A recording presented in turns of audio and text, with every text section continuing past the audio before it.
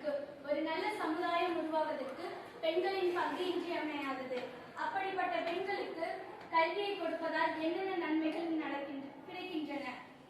ஒரு ஆணிற்கு கிடைக்கும் கல்வியானது அவன் ஒருவனுக்கு மட்டுமே பயன்படும். ஆனால் ஒரு பெண் பெறும் கல்வியானது அவளை சுற்றி உள்ளவர்களுக்கும், அவள் சந்ததியினருக்கும், அவளின் குடும்பத்தினருக்கும் போய் சேர்கிறது. சமைக்கும் பணி பெண்களுக்கு தவிர்க்க முடியாத கடமை. தமிழ் திருநாட்டில் இருக்கின்ற வழக்கத்தினை கண்ணிமைக்கும் நேரத்தில் நீக்க வேண்டுமாயின் பெண்களுக்கு எப்போதும் கல்வி வேண்டும். பெண்களின் வளர்ச்சியை பற்றி அறியாத சில மூடர்கள் அடுப்பூதும் பெண்களுக்கு